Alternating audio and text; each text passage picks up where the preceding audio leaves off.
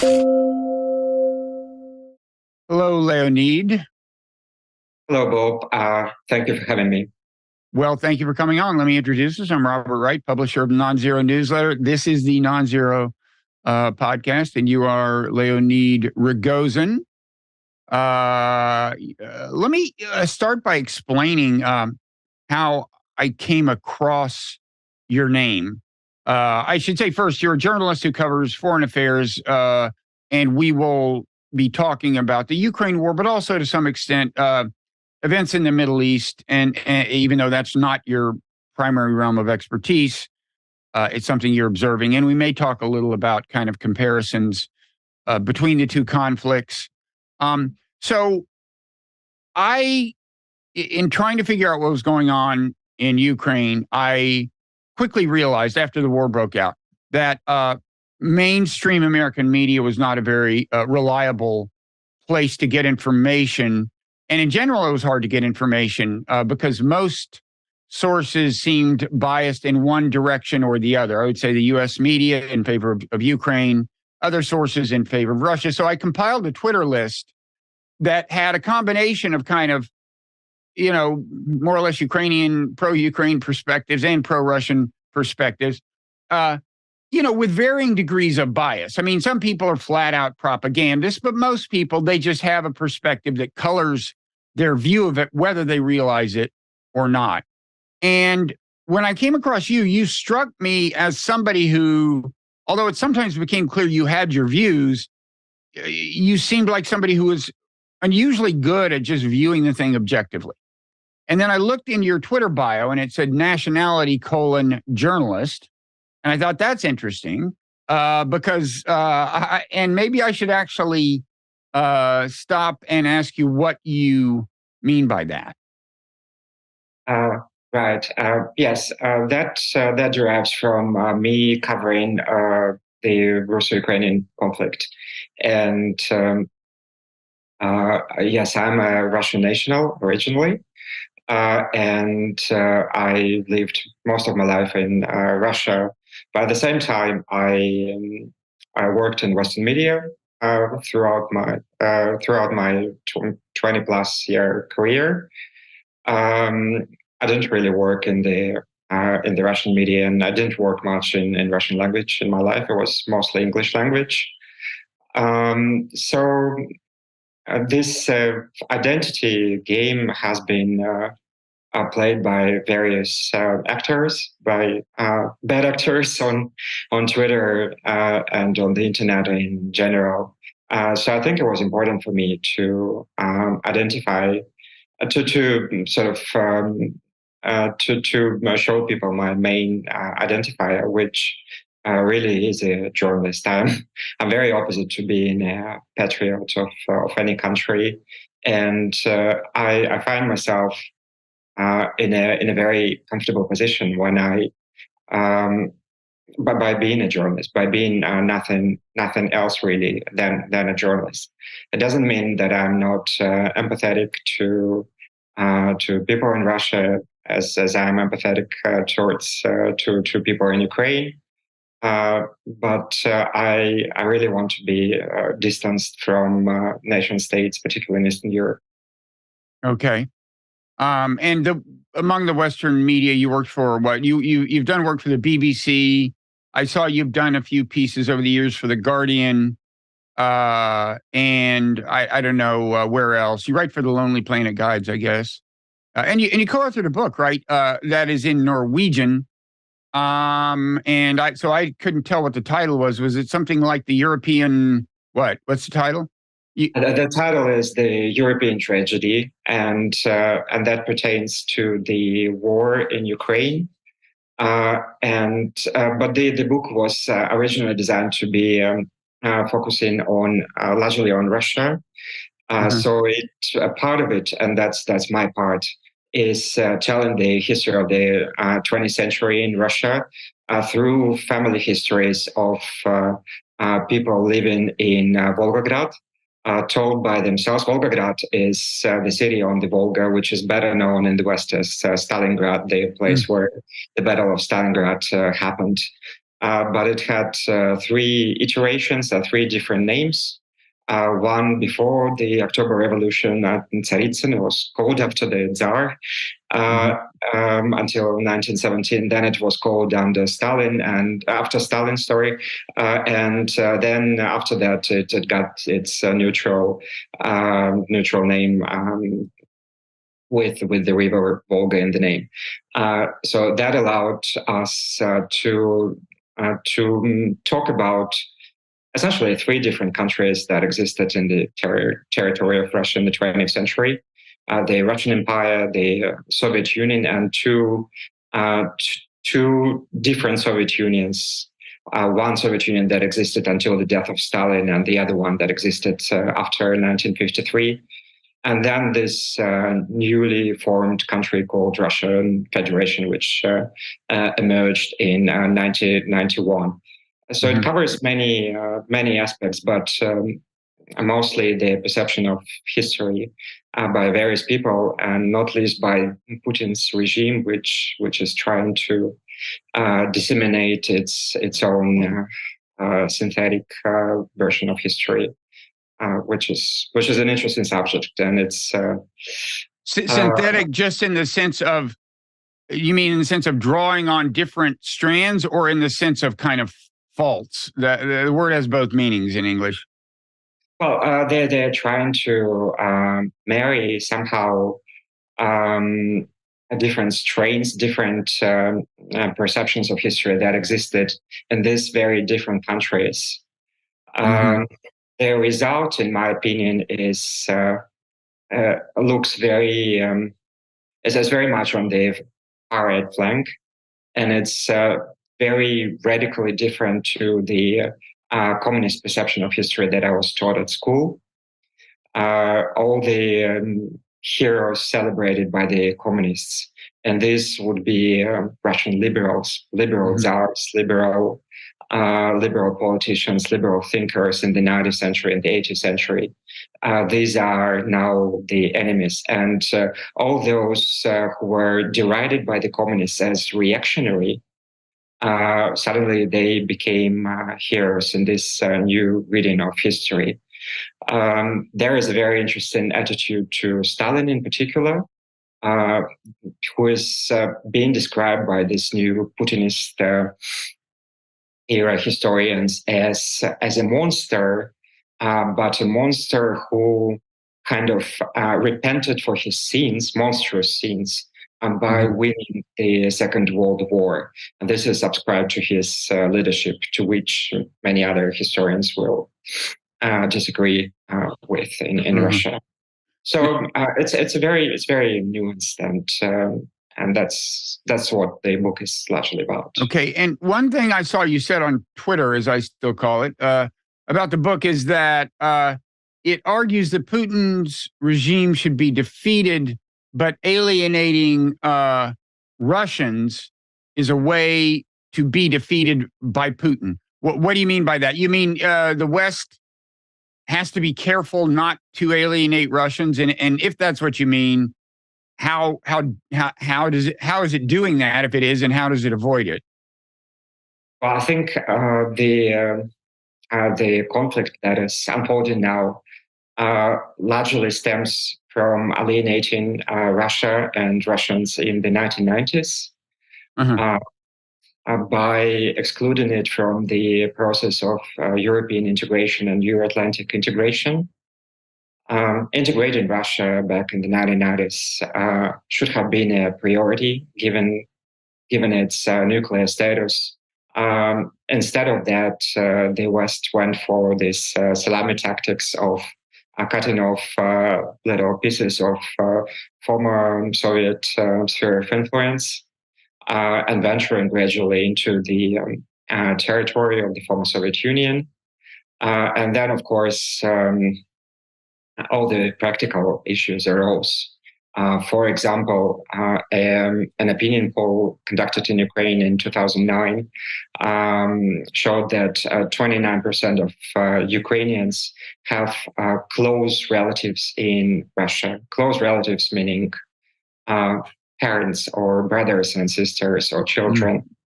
I don't know whether it's comparable to any other country. Maybe Britain and Ireland. I'm not sure, but almost 30%. That's a huge number, and so that makes those countries look like Siamese twins. So when you start separating them mechanically, and for instance, the inclusion of Ukraine into the European Union without including Russia into the European Union meant hard border between those two countries, and that of course that's a very surgical approach to solving this situation, and it's resulted in the conflict inevitably.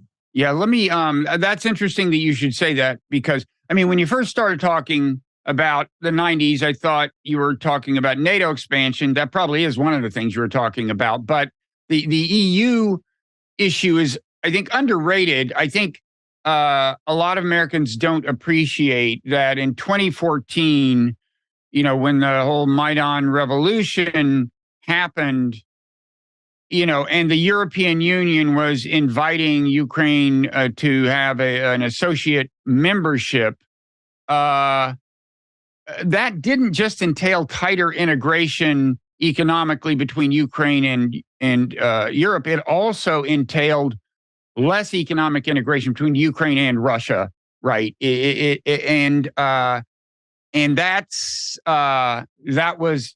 It sounds like in your view, that all of that was a big issue, as well as presumably NATO. I don't know, but yeah, I think the biggest issue is that the integration should have been synchronized, but it couldn't be synchronized because of the general perception of Russia, because of the perception that existed in the 1990s and continued to exist after that. That Russia is not something that could be integrated, right? And that's where the alienation came in, because the Russian elites, all of the Russian elites, including people like Vladimir Putin back in the 1990s, I think they had this illusion that they were on course towards integration with the West, fully fledged integration, and I'm pretty sure that somebody like Putin would have become a very proper bureaucrat. He's not very different from the East European bureaucrats, or was not very different until he became the kind of monster he is now. But that was an option.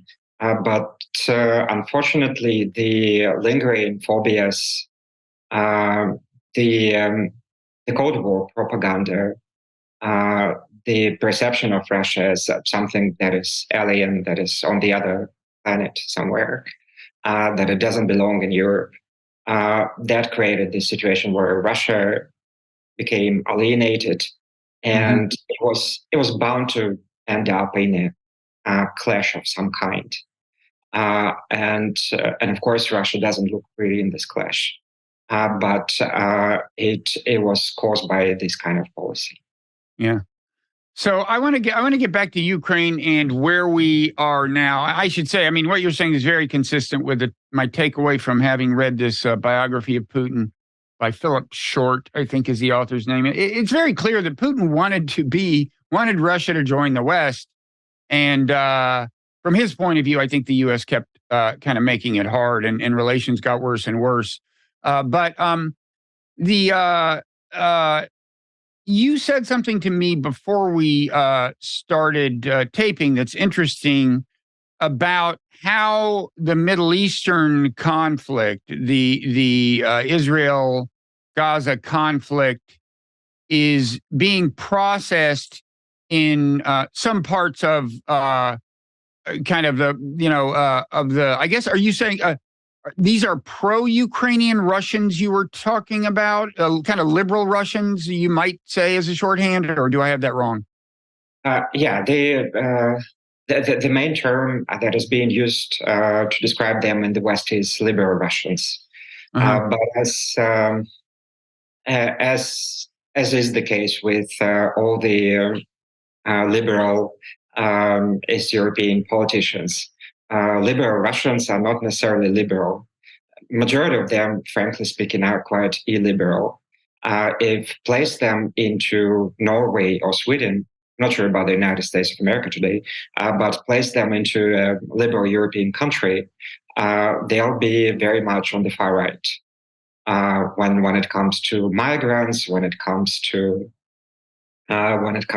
various international conflicts, and so when it comes to democracy as well. So it's quite interesting that people who... Well, can I interrupt you and ask, like, why we're calling them liberals if they're not liberal when it comes to democracy? Or when, I mean, does liberal just mean they support some things the West wants them to support, like Ukraine in this war? Is that what? Well, for the West, everybody who is opposing Putin is liberal by definition. Right. So it's quite ironic when you look at those forums of liberals, the so-called in the West. There will be some genuine liberals, but there will be also people who were the far right, who were proudly far right back in Russia. They just happened to be against Putin.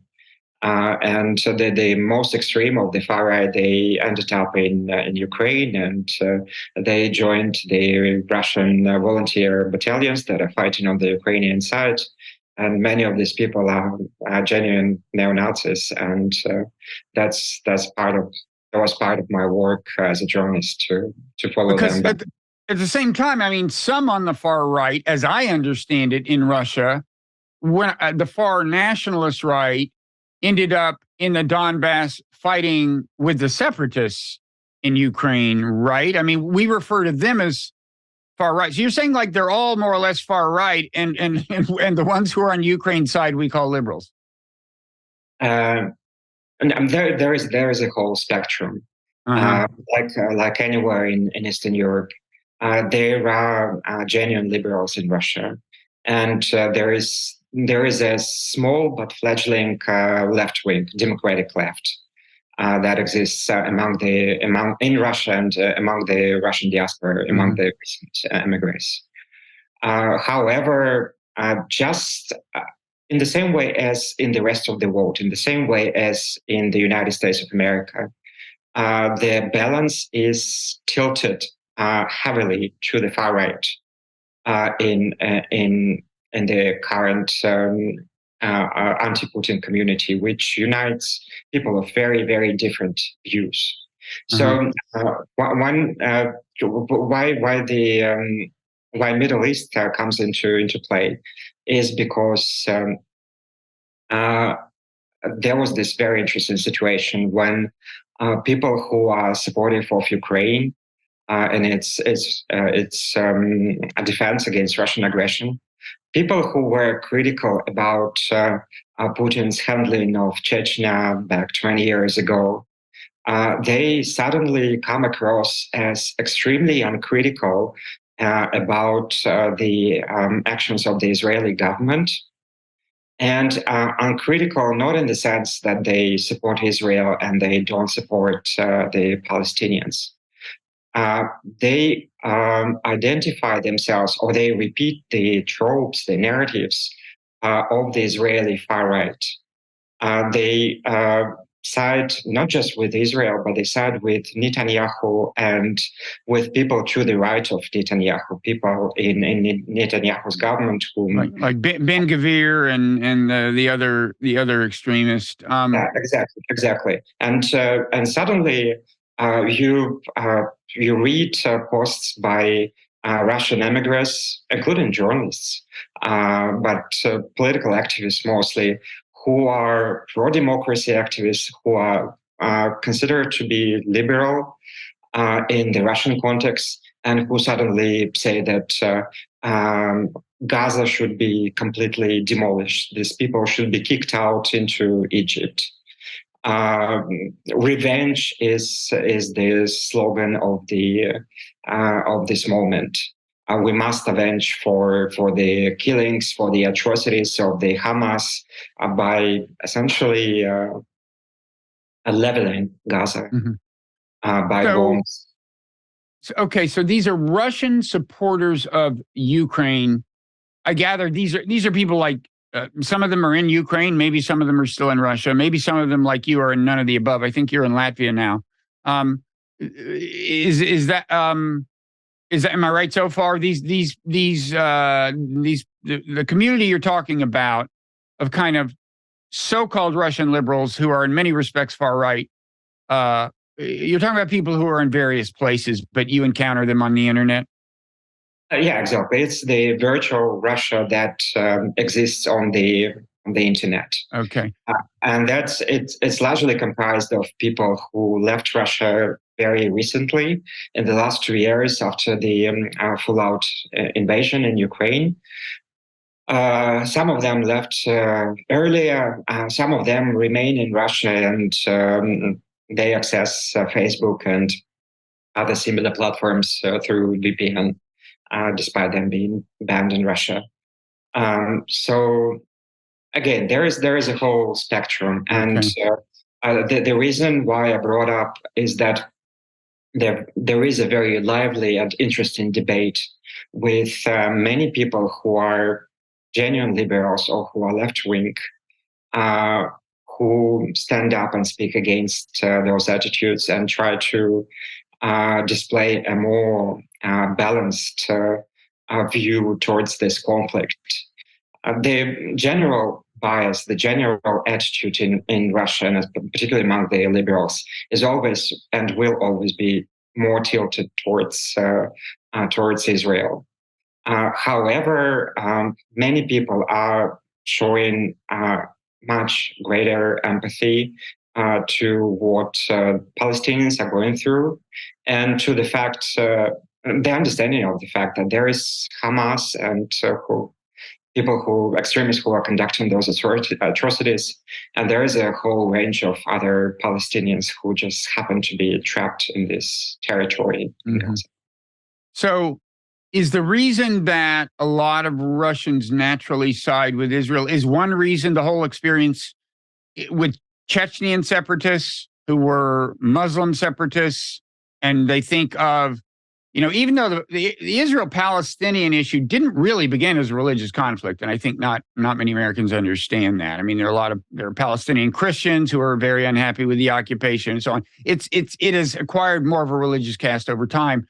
But it's now thought of too simply, I think, as a kind of Muslim versus Israel thing. But is that the perception in Russia that inclines a lot of people to side with Israel? The idea that they've got their Muslim extremists and we've got our Muslim extremists, or what? It's many things. It is that, I agree. It is also the history of Russian intelligentsia during the communist period, when people who the demographics of Russian intelligentsia, people who were allowed to live in the capital cities in Russia shortly before the Communist Revolution, and of course, especially after the Communist Revolution. There was a flow of people from the shtetls, a flow of Jewish people into the big cities in Russia, all of the big cities, in Ukraine as well. And that formed the Soviet terror intelligentsia, which has very strong Jewish roots. So even despite immigration, when you talk about intelligentsia in particular, you find a lot of people who have personal ties to Israel, either through relatives or through through them being of Jewish descent, or, as in my case, through many friends in Israel, definitely many more friends in Israel than on the Palestinian side. Mm-hmm. So that's very natural for pretty much anybody in the Russian intelligentsia to be somehow connected to Israel. Not just intelligentsia, all of the middle class, urban middle class. And there was a major shift in the attitudes all over the country after the collapse of the Soviet Union, which was institutionally anti-Semitic. Russia is, by and large, not an anti-Semitic place now. The chosen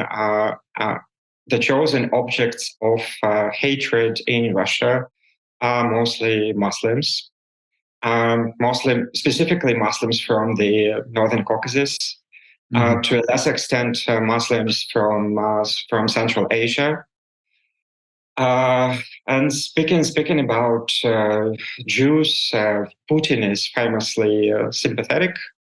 You can find photographs of him attending synagogues and wearing kippahs. The official Jewish organizations that exist in Russia are supportive of Putin. There are major Jewish personalities who are taking part in Putin's propaganda machine with respect to Ukraine. So it's a very, and the relations between Russia and Israel are quite specific. You will not really find Israel ever criticizing Putin or strongly criticizing Putin for his handling of the whole situation in Ukraine, for his participation on the conflict. Ukraine is criticizing Israel constantly for not supporting Ukraine, for not providing weapons to Ukraine. But no, for Israel, that's a red line. Maybe it will change after this war, but I'm not sure. Israel, for example, supplies arms to Azerbaijan, and it were Israeli weapons that helped Azerbaijan win the war against Armenia, and which ended up with the depopulation. Some people would say ethnic cleansing of Nagorno-Karabakh. But Israel does not and probably will not supply weapons to Ukraine.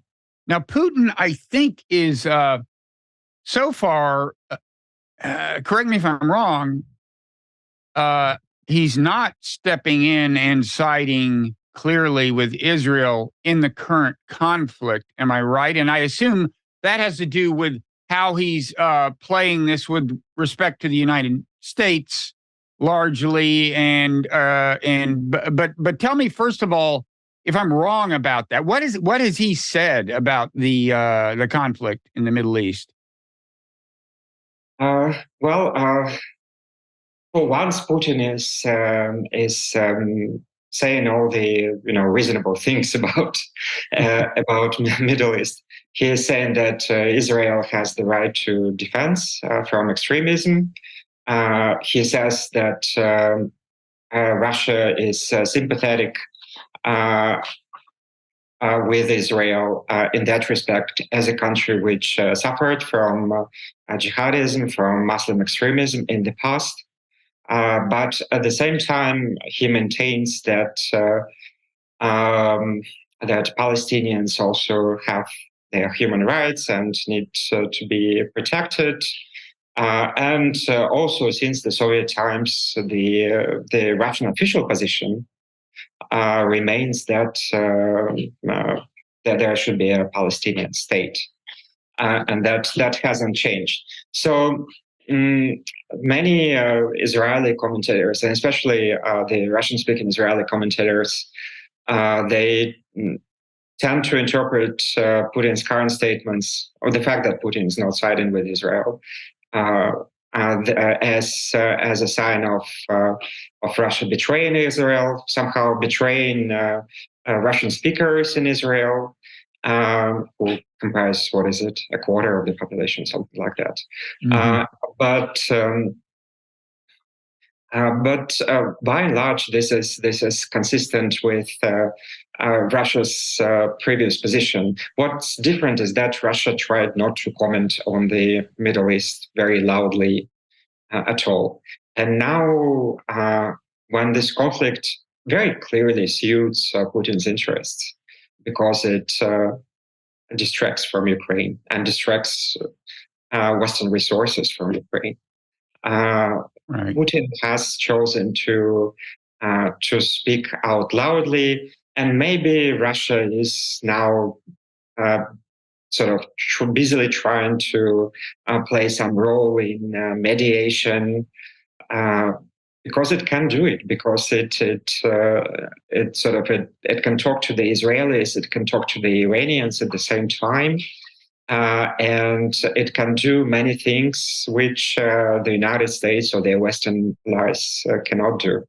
Mm-hmm. So it's very interesting what role the Russians might play in future. For example, with respect to the hostages, to their release. Mm. It's watch the space kind of story. Yeah, no, that would be interesting if Putin wound up playing a mediating and constructive role. I mean, the Chinese were starting to play a related kind of role. They orchestrated the rapprochement between Iran and Saudi Arabia. And I think in a way, the Biden administration's desire to continue the Trump policy of normalization between Arab states and Israel, and even kind of bring it to culmination by bringing Saudi Arabia into that, I think that was to some extent maybe a reaction against China becoming influential in the region. It's like, no, China's going to stabilize things. No way. We're going to step in and destabilize things to show them who's boss. I mean, if you believe, as I do, that normalization drive may have contributed to the decision to launch the Hamas attack, which a lot of people do. I don't mean that Biden actually meant to destabilize things. I don't think they thought that far ahead, but I think maybe they were motivated not only by wanting to serve Israel's interests, but also by wanting to counter Chinese influence in the region. It would be fascinating to see how they reacted to an attempt by Putin to play some kind of mediating role. I'm not optimistic about them handling it wisely. But yeah, as you say, watch this space. Yeah, but I think with Putin, we need to be clear about the fact that Putin is not interested in this war ending soon. So he might be trying to play a mediation role, but objectively, he is not interested. Objectively, he is interested in this war expanding and also becoming very long, because then resources will be diverted to Israel, because of course Middle East, Israel is a greater priority for the United States than Ukraine. And for Biden administration, it will be much harder to sell it to the Congress, to sell the aid to Ukraine to the Congress when Israel is threatened. So Russia may start to play mediation games, but I don't think they'll be genuinely desiring to end this conflict. So, and when you say he would like even an expanding war, you think he would like a full-fledged war between the U.S. and Iran? Well, it depends. I mean, it's a good question, because of course, Iran is helping Russia to wage Russia's own war in Ukraine, and if particularly if the arms producing plants, facilities in Iran are targeted by the American or Israeli aviation, then Russia is also in trouble. And first of all, Iran will probably be asking Russia to help and to draw some of the Russian resources, but also Russia will not have as many drones. First of all, drones are decisive. Appear to be decisive in this war. Of course, Russia is producing a lot of its own drones now, and the Iranian drones will be less and less used by the Russians in future. But Russia remains dependent on Iran. So I'd expect there will be a balancing act. I don't think the Russians are interested in a fully fledged war between the United States and Iran, but I think they are objectively interested in Israel getting bogged down in Gaza for a long time. Mm-hmm. Okay, I want to ask you a question about a tweet you did very recently about saying it's interesting the extent to which, well, you were linking to a Washington Post piece about how Western experts are concerned that like Israel doesn't have a plan for kind of the aftermath of an invasion of Gaza. These experts were showing a lot of sensitivity to the challenges of urban warfare and orchestrating a kind of political transition after that and so on. You linked to this article and tweeted, it's interesting the extent to which Western expertise is more clear-minded on the Middle East than it is on Ukraine, Russia. What did you mean by that? In what ways is it not clear on Ukraine, Russia? Right. Well, this was referring to particular experts whom I'm not going to name, who used to comment on Ukraine and Russia war in a very hawkish way, and who started to comment on the on this newly emerging war conflict in Gaza. And what I find striking is that is the contrast between their very careful and balanced approach to the conflict in Gaza, talking about Israeli security concerns, of course, talking about the atrocities and the need to do something about it, about Israel's right to defend itself, but at the same time talking about Israel's mistakes made particularly by this government in the past, about Israel's tacit support to Hamas as an alternative, as Netanyahu famously said, a way to prevent a Palestinian state from emerging. So that's quite interesting, because when I hear the same people talk about Ukraine, it is basically just about arming Ukraine and throwing as many Ukrainians as possible into the battle.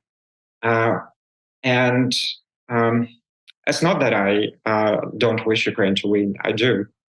But the question is, at what cost? And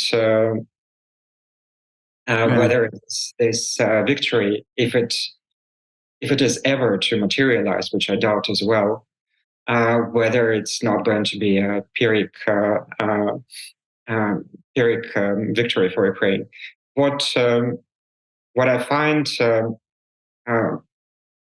most of Putin in the hawkish analysis of the conflict in Ukraine is the disregard for the lives of Ukrainians and for the future of Ukraine.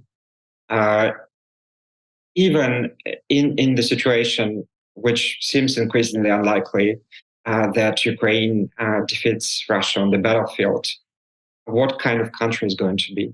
Will it be a democratic country? Will they be able to restore the economy? How many people will be left in Ukraine? 6 million out of less than 40 million now out of the country. And I'm living with those Ukrainians in the European Union. I don't think many of them are going to return.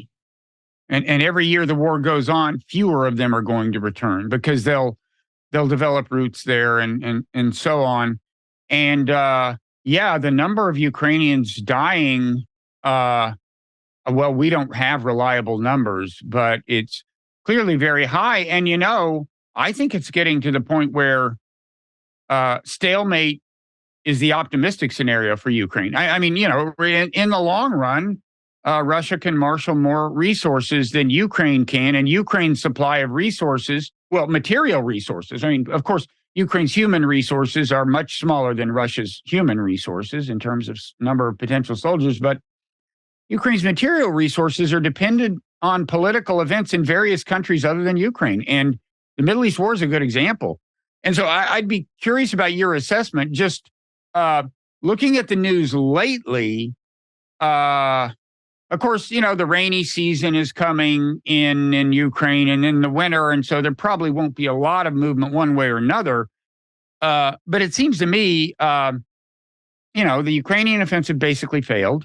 And I don't, if one side or the other has momentum at the moment, I'd say it's as likely to be Russia as Ukraine. I mean, nobody's making dramatic progress, but do you think there's a realistic possibility of Ukraine losing considerable amounts of territory relative to what they have now, conceivably even, large quantities in the long run, and conceivably even losing the country in effect? What's your take on how bad things could realistically get? Well, I'm not a military expert, so I cannot really assess it professionally on the military side. The hope on the military side for Ukraine is mostly linked to cutting off Crimea. And to that effect, the Ukrainians are now trying to create a bridgehead on the left bank of the Dnipro river near Crimea. So we see Ukrainian landing forces there, and Russians repelling them. And from the tone of Russian military bloggers, who are quite influential now, I can see that they consider it to be a serious threat, but not something insurmountable, something that should be something that Russian command should be paying attention to, but not something that cannot be defeated. But at the same time, reading the latest briefs, including Ukrainian briefs, including Ukrainian military bloggers such as Deep State, we're seeing that the Russians are on the offensive in the north, near Kupiansk. The Russians suddenly are on the offensive near Bakhmut, where Ukrainians gained some territory recently. The Russians are trying to seize the Ukrainian stronghold in Avdiivka. So pretty much everywhere, except for the lower reaches of the Dnieper, it's the Russians, not Ukrainians, who are now on the offensive. Whether that will result in swaths of Ukrainian territory being captured in the future, I'm not sure it will. I'm not sure Putin is the Kremlin in general is interested in gaining more territory. It's not very practical because they build the defense line in where they built it. I'm not sure they want to build another defense line elsewhere. What they're doing now is that they are trying to push short-range artillery away from Donetsk, from the main population center in the occupied territories. But they want to push Ukrainian artillery away? Yeah, okay. Donetsk, the large city in the largest city in the occupied territory, is now positioned smack on the front line. Mm-hmm. And Avdiivka, which the Russians are now trying to capture, is the main Ukrainian stronghold from where they can pound Donetsk with short-range artillery. So that seems to be Russia's immediate concern, to capture Avdiivka, which will be, of course, a moral boost for them. But there's the practical issue of the bombardment of Donetsk. I don't think, it doesn't look like that Putin is keen to allocate more resources, to start a new, greater mobilization in order to capture swaths of Ukrainian territory. I think his whole philosophy is to force Ukraine into negotiations. And then when negotiations come basically any arrangement that is worse than Minsk agreements that existed before this full-out invasion. Any arrangement that is worse for Ukraine than Minsk agreements means Ukraine lost, and Putin won. And sorry. Okay, so he wouldn't just return. He certainly wouldn't return to just the Minsk agreements as they stood, which would mean Russia withdrawing from a lot of the territory. That was the idea of the Minsk agreements, was that Ukraine would be whole again. The Donbass would be part of Ukraine, but the Donbass would have certain kinds of autonomy. I mean, do you agree, first of all, Putin's not going to move his troops back? He's going to want to hang on to any territory he's got, more or less. No, absolutely, absolutely. That was part of the escalation. It didn't happen immediately. He waited. He conducted negotiations with Ukrainians back in March 2022. The negotiations, they were mediated by the Israelis, as well as by Gerhard Schroeder recently. The main talks were negotiated by Naftali Bennett. So when all of that failed, and some time after that failed, he decided to annex those territories formally and make them part of Russia.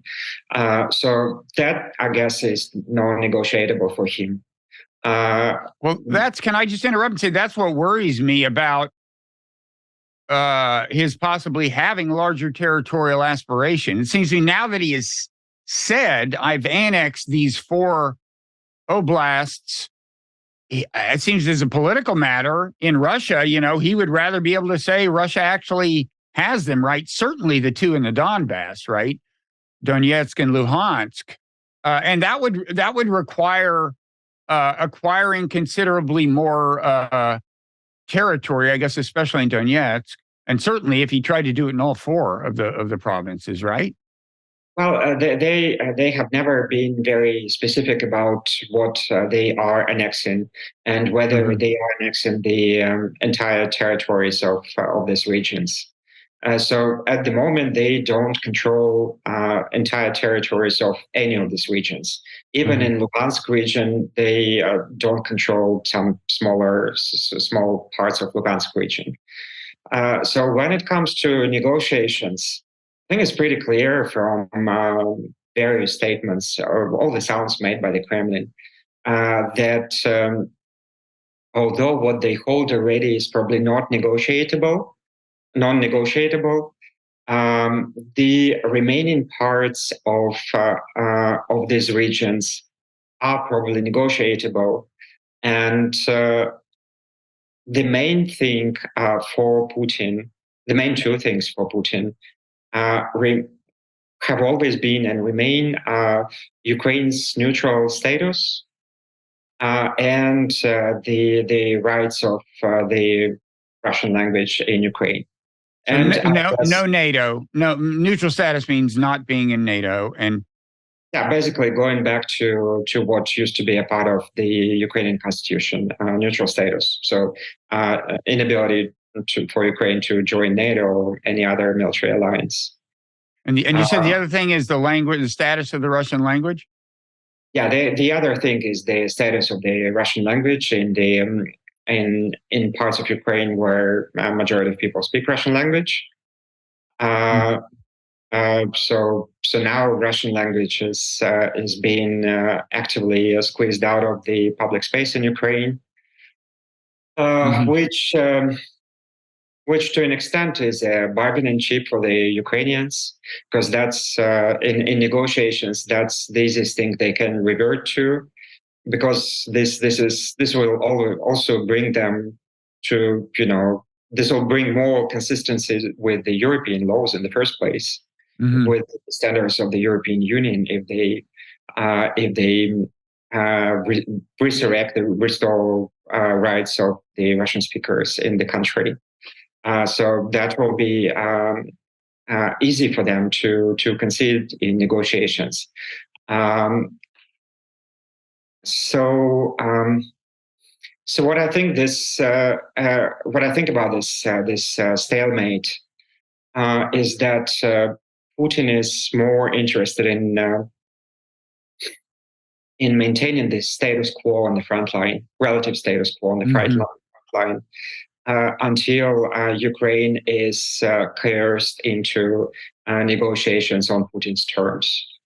And I don't think he'll be allocating any additional resources into occupying greater parts of Ukraine unless an opportunity presents itself for him to do it without allocating those resources. Okay. So listen, we've been talking close to an hour. What we generally do in this podcast is most of the conversation is a public podcast. But then at some point, the paywall descends and we go into overtime, kind of, and to access the full conversation, people can become paid subscribers to the Nonzero newsletter by Googling Nonzero and Substack or clicking a link in the show notes in their podcast app. And then after that, you can set up a podcast feed. It'll just have all of these over. We'll always have the full conversation, including some conversations that are only on that feed. And you'll have access to all the print material in the newsletter. And you'll be supporting conversations like this if you think that's worthwhile. And Leonid has been kind enough to agree to continue talking. But before we move and in that segment, I want to ask you a few things like what do you think the Ukrainian government is thinking if, as you and I agree, the continuation of this war is actually not in Ukraine's interests and the government shows no evident desire to move very rapidly toward peace talks. I also want to get back to a conversation about how the Middle East is being processed in certain parts of the Russian community. And then I want to ask you more as well about what the wise way is for the West to undermine Putin if they want to do that. But first, I want to encourage people to follow you on Twitter. Your Twitter handle, or X handle, as some people say, is LeonidRagozin. It's really a good feed for information on the Ukraine war and other things. And then I want to give you the opportunity before we go into overtime to say anything else you want to say, just by way of clarifying anything you've said or punctuating anything you've said, and also anything you want to say about where people can find your work, where else you would steer them besides your Twitter feed. Right. I've haven't been publishing many stories recently, as I was working on this Norwegian book and then on a series of Lonely Planet guides. But I'm going back into business now, so probably find more of my stories on my opinion pieces on Jazeera. Did you say Al Jazeera, or did I? Okay. Do opinion Al Jazeera, and my main political pieces will be, unfortunately, in Norwegian language in the newspaper called Morgen Bladet. And some of the stuff that I write about politics and tech appears in the American publication called Rest of World. Oh yeah, Rest of World. Okay. The premise of that title being that the U.S. Mainstream media does not cover all of the planet very consistently. Exactly. And okay. Great. So thanks to everybody who's been with us this far, whether or not they follow us into overtime, something that I, of course, encourage. And overtime is where we're heading.